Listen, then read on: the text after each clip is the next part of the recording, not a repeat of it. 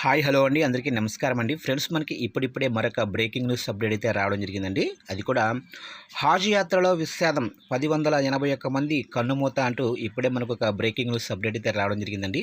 అయితే ఇందుకు సంబంధించిన పూర్తి వివరాలు అయితే మన వీడియోలో తెలుసుకుందామండి. వీడియో మాత్రం ఎక్కడా స్కిప్ చేయకుండా చూడండి ఫ్రెండ్స్, అప్పుడే మనకి పూర్తి సమాచారం అయితే తెలుస్తుంది. ఇక లేట్ చేయకుండా వివరాల్లోకి వెళ్ళిపోదాము.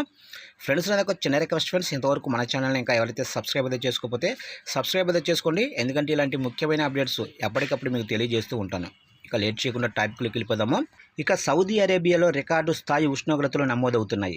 వారం క్రితం అత్యధికంగా 51.8 డిగ్రీల సెల్సియస్ నమోదైనట్లు సౌదీ వాతావరణ శాఖ వెల్లడించింది. ఇక హాజ్ యాత్రకు వచ్చిన వారిలో వడదెబ్బ కారణంగా ప్రాణాలు కోల్పోయిన వారి సంఖ్య 1000 దాటింది. ఇక ముందస్తు అనుమతి తీసుకునే యాత్రికులే వీరిలో 630 మంది ఉన్నట్లు సమాచారం. మొత్తం మృతుల్లో అత్యధికంగా 650 మంది ఈజిప్ట్ వారు ఉన్నారు. ఇక గురువారం ఒక్కరోజే ఆ దేశానికి చెందిన 58 మంది మరణించారు.